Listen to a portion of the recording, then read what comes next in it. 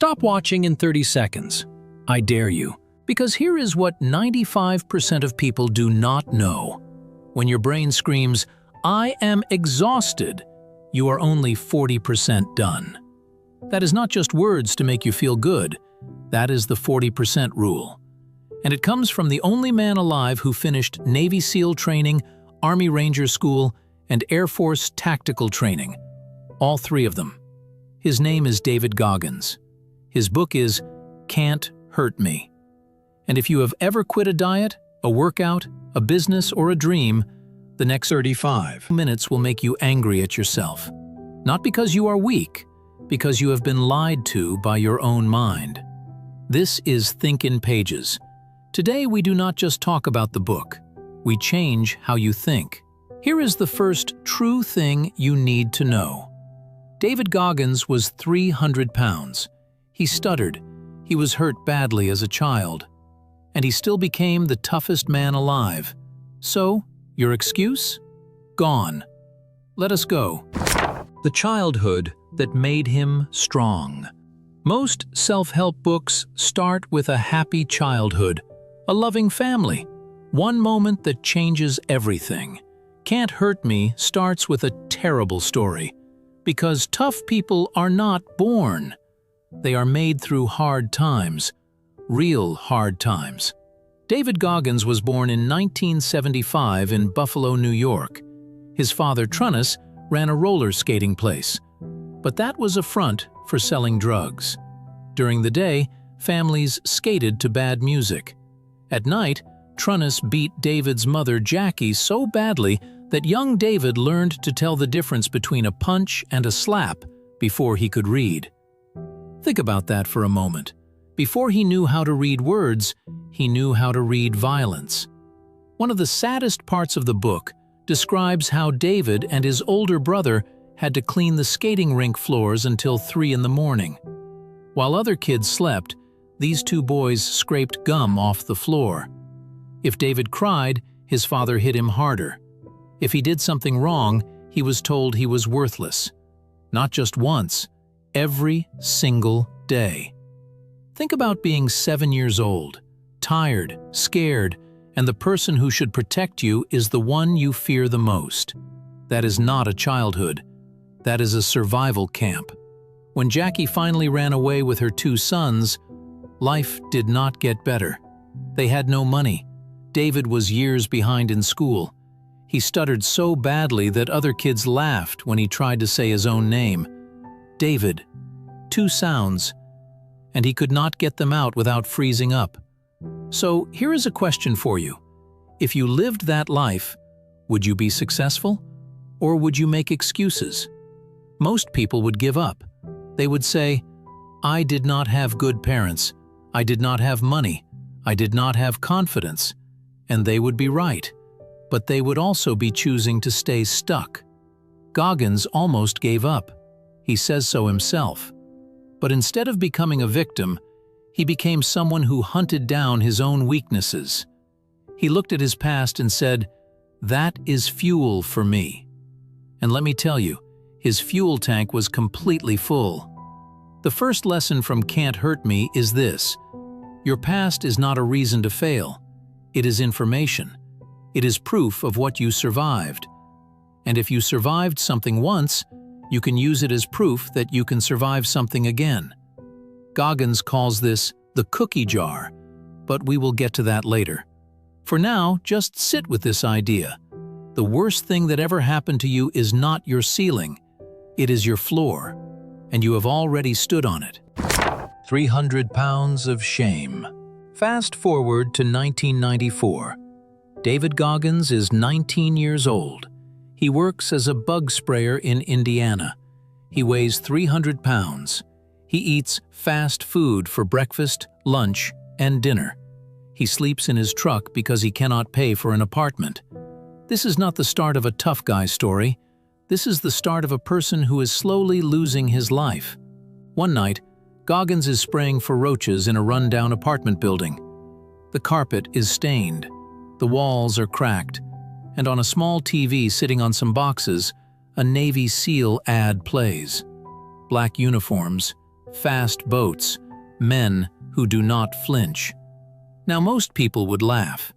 A fat, broke, stuttering bug sprayer thinking about becoming a SEAL? That is a joke. But Goggins did not laugh. He felt something worse. He felt shame.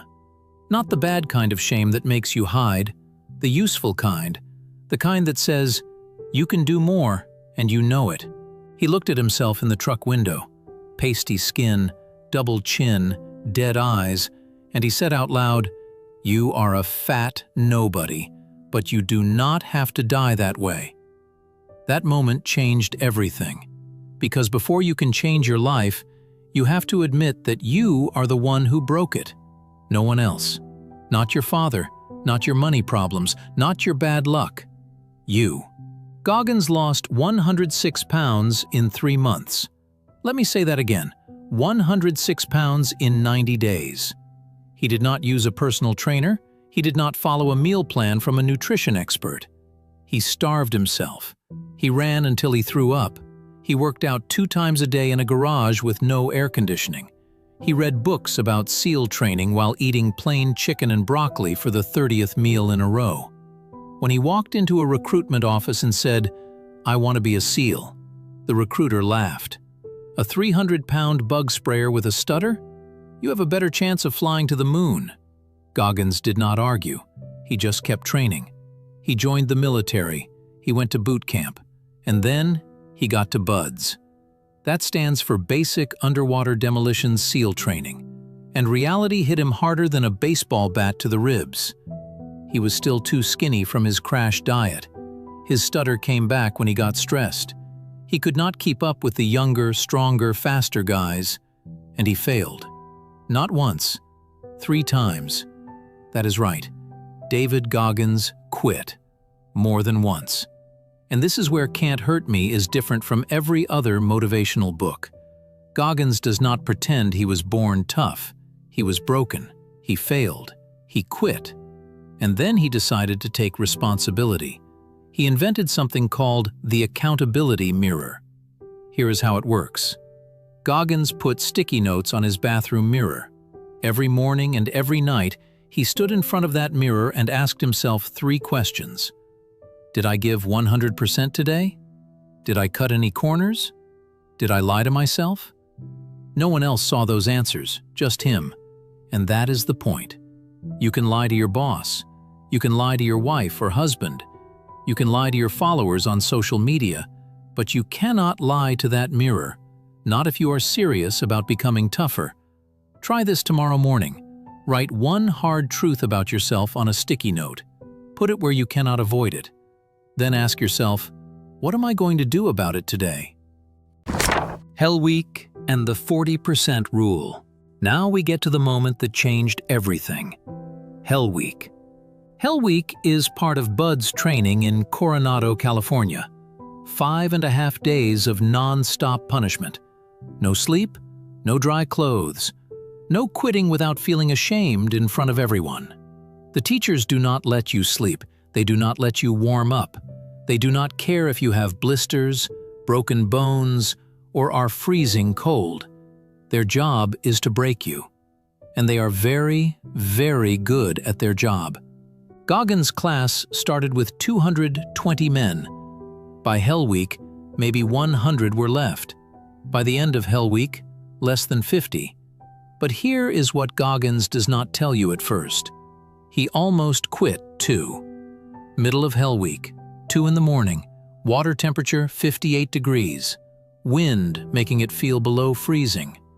Goggins' legs are swollen to twice their normal size. His feet are turning white, not from cold, from necrosis. That means the skin is dying. Medics pull him aside and say, "Get in the warm tent or you will lose your toes, maybe your feet." You know what the warm tent is called? The tent of the weak. Because once you go in, you quit. Everyone knows it. Even the medics know it. They do not say it out loud, but everyone knows. Goggins starts walking toward the tent. 10 feet away. 5 feet. He can feel the heat. He can hear other quitters crying inside. And then he stops. He looks at his dying feet.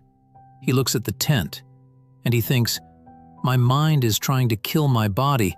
My mind says stop, but my mind has lied to me my whole life." He turns around. He finishes Hell Week.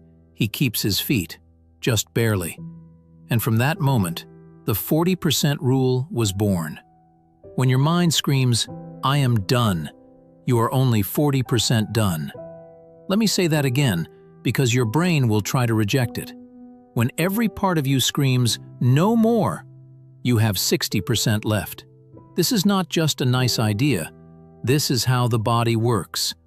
Studies on long-distance runners show that the brain signals tiredness when the muscles still have 40 to 60% of their energy left.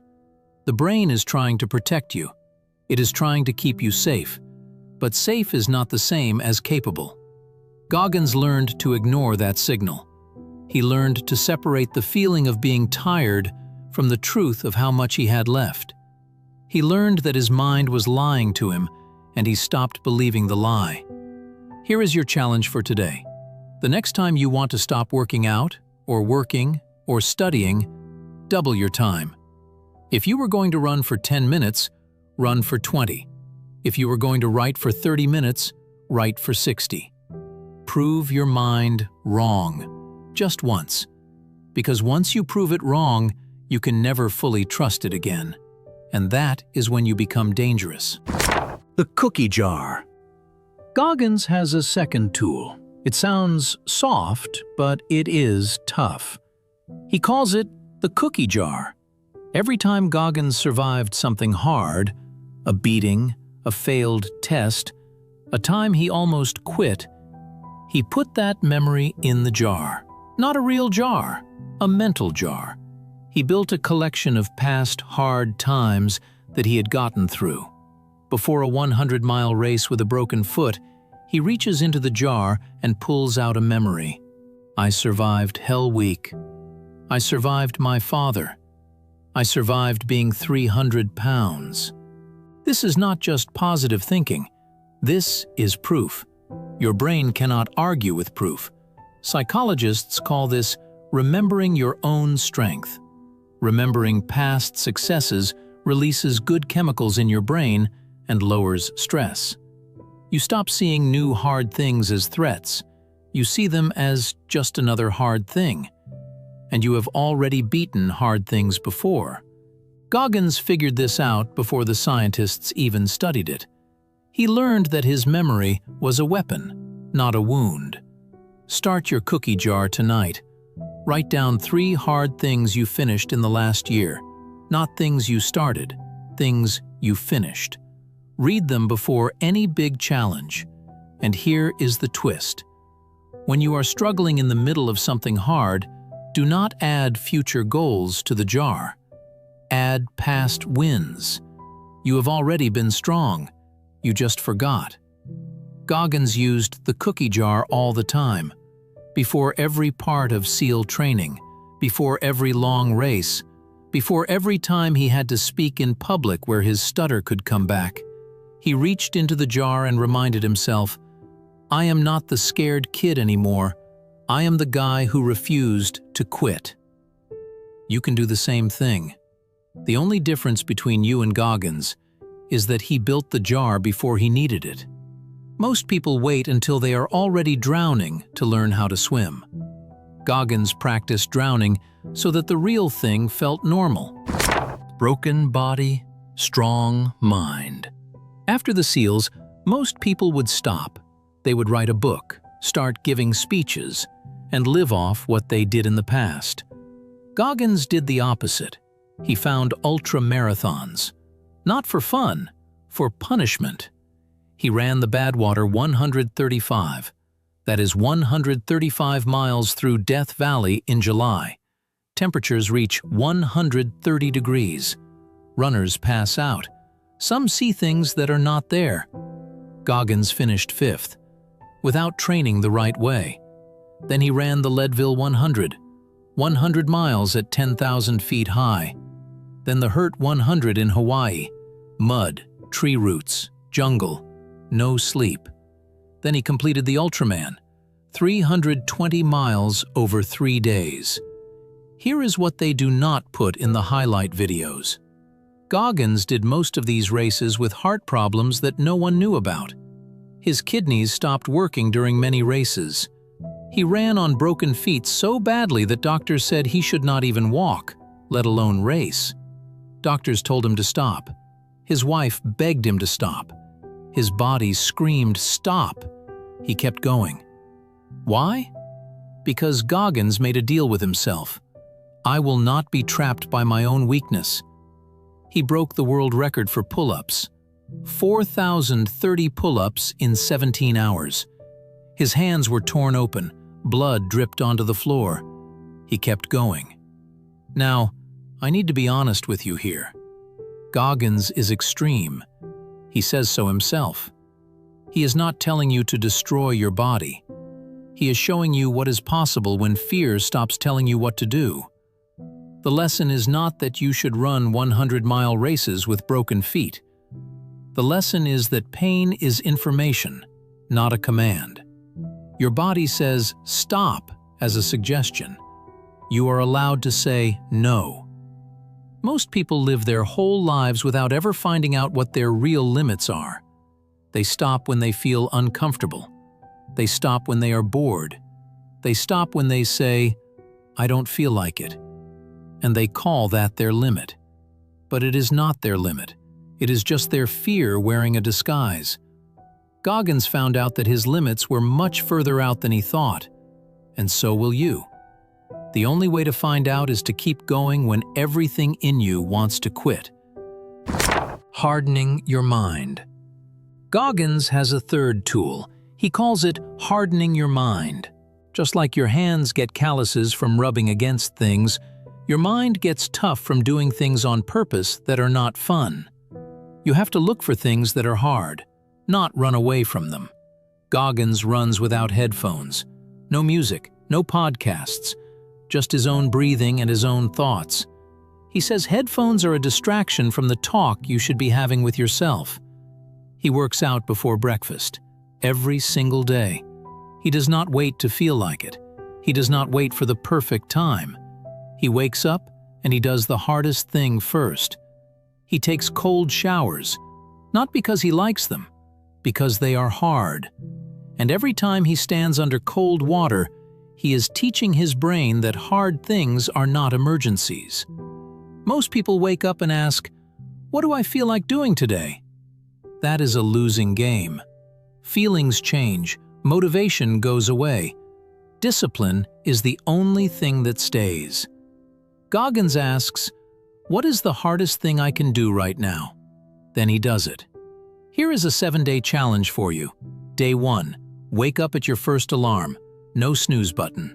Day 2, add 5 minutes of something you hate, cold shower, running in place, stretching when it hurts. Day 3, remove one comfort from your day. No phone in the bathroom, no coffee before work. Day 4, double one hard task. Brush your teeth with your other hand. Take the stairs instead of the elevator. Day 5, ask yourself every morning, what would Goggins do? Day 6, do not complain about anything for 24 hours, not one word. Day 7, look back at the previous 6 days and ask yourself, what was actually so hard? Nothing. After 7 days, you will not be Goggins, but you will be tougher than you were yesterday, and that is the only competition that matters. Hardening your mind is not about being miserable, it is about being ready. Life will hit you with hard things: losing your job, breaking up, getting sick, people dying. If you have spent years avoiding hard things, those moments will destroy you. But if you have spent years looking for small, hard things, those moments will just be more of the same. You will have calluses, and calluses do not bleed easily. Why motivation is a lie. Goggins hates the word motivation. He says it is one of the most dangerous words in the English language. Why? Because motivation is a feeling, and feelings change. You feel motivated after watching a YouTube video. You feel motivated after reading a book. You feel motivated after a good night's sleep. And then you wake up the next day and the feeling is gone. So you do nothing. Discipline is different. Discipline is a system. Discipline does not care how you feel. Discipline does not need a pep talk. Discipline just does the work.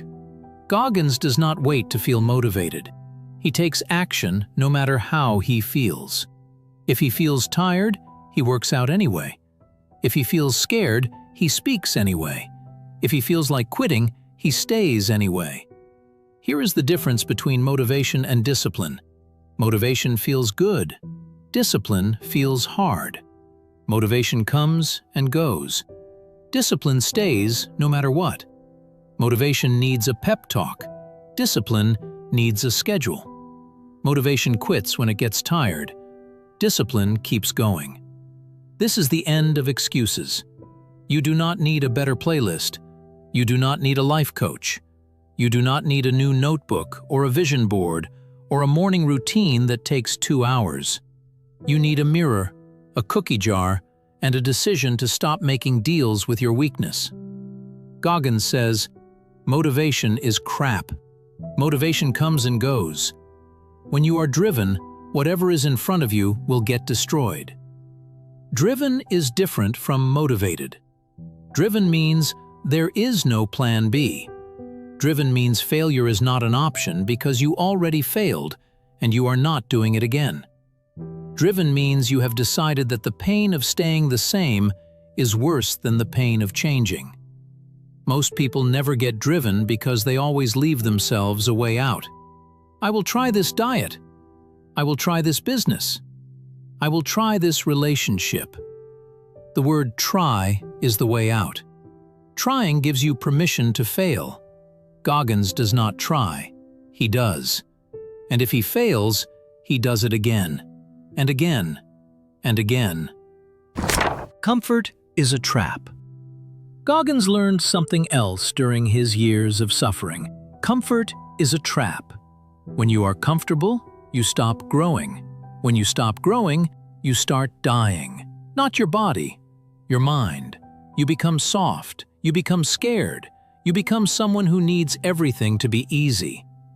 Goggins watched his SEAL classmates quit during Hell Week, not because they were weak. They were strong. They were athletes. They were driven. They quit because they were okay with being uncomfortable up to a point. And then, they hit a wall that their old, comfortable life had not prepared them for. Goggins had no comfort to fall back on. His childhood was a nightmare. His teenage years were a disaster. His early 20s were a joke. He had never been comfortable. So when Hell Week got hard, he just shrugged and said, "This is like a Tuesday for me." That is the secret. The more hard things you do on purpose, the less hard things control you. Start small. Take the stairs. Skip dessert. Wake up earlier. Read a book instead of scrolling on your phone. Have the hard talk. Say sorry first. Admit you are wrong. Do the thing you are afraid of. Then do it again. After a while, hard things become normal. They stop being a signal to stop and become just another piece of information. And then, eventually, hard things become enjoyable. Not because you like pain, because you realize that every time you do something hard, you are growing. And growing feels better than comfort ever did. See yourself suffering, not winning. Goggins has a rule about picturing things in your mind. But his way is different from what most self-help books teach. Most books tell you to picture yourself winning. See yourself crossing the finish line. See yourself giving the speech. See yourself getting the promotion.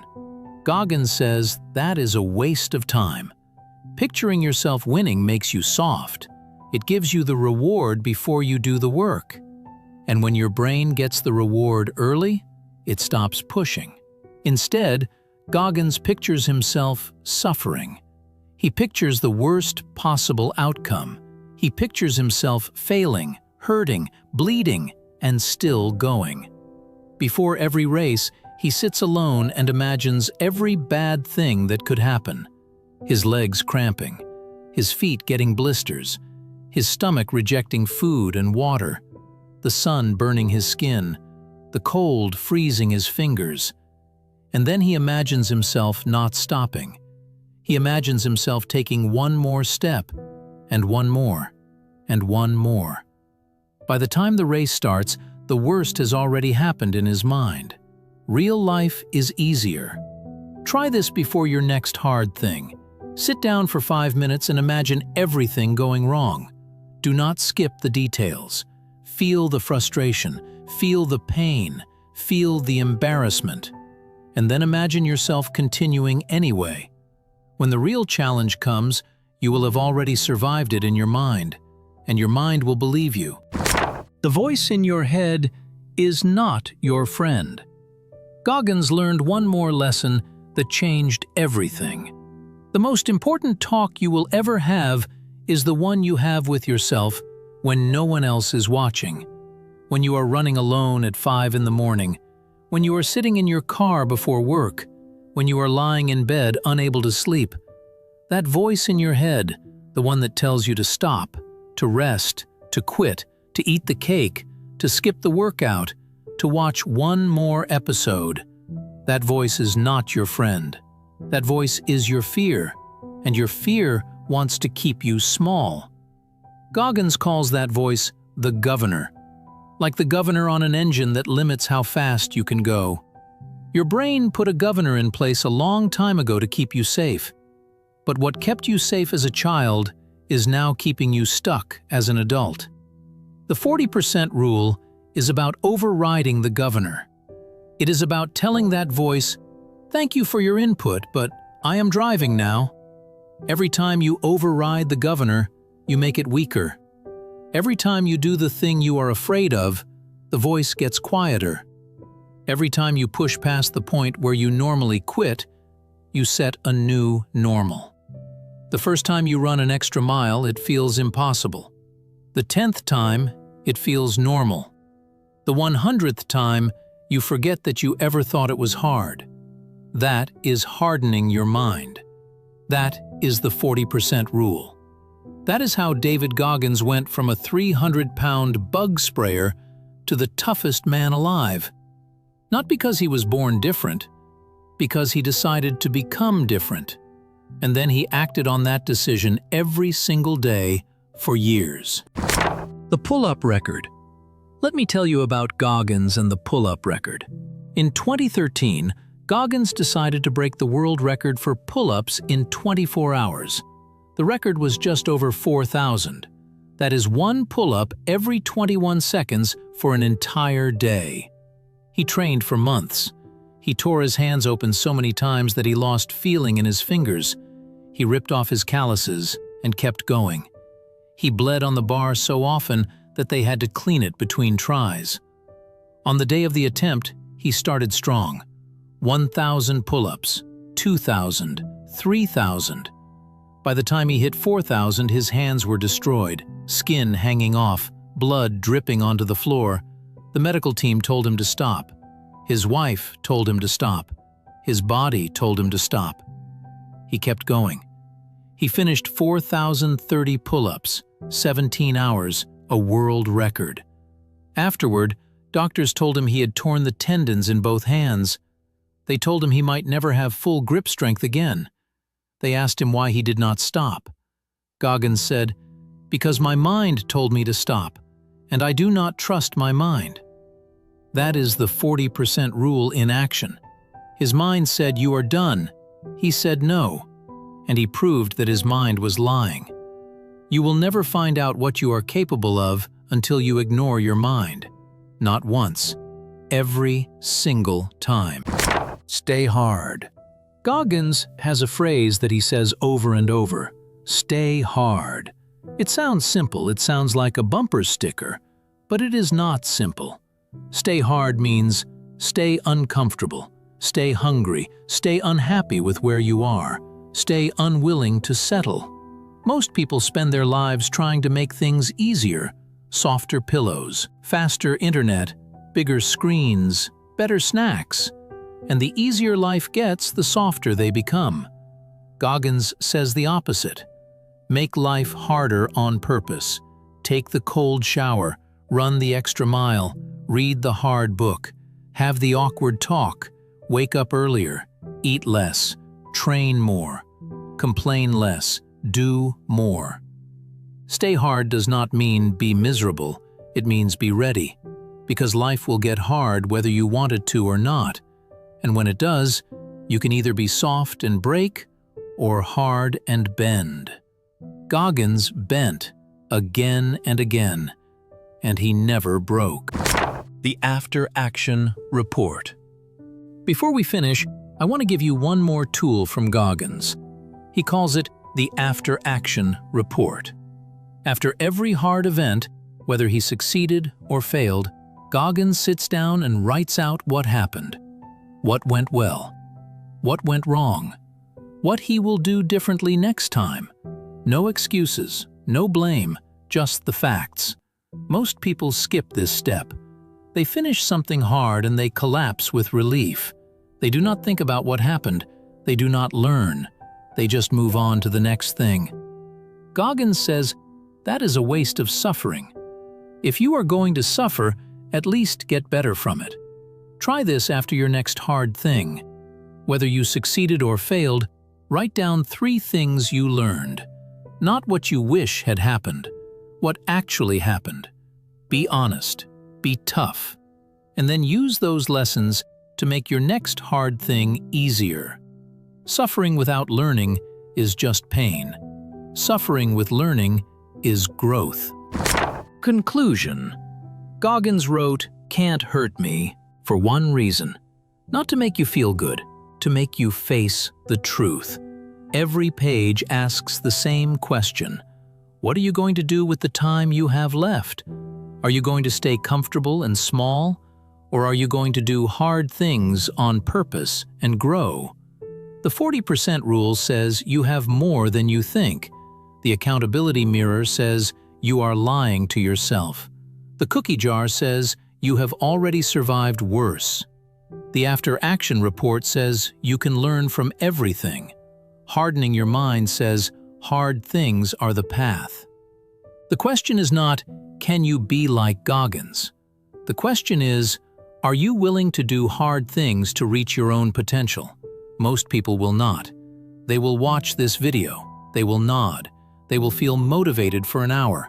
And then they will go back to their comfortable lives and forget everything. But you are watching Think in Pages. That means you are different.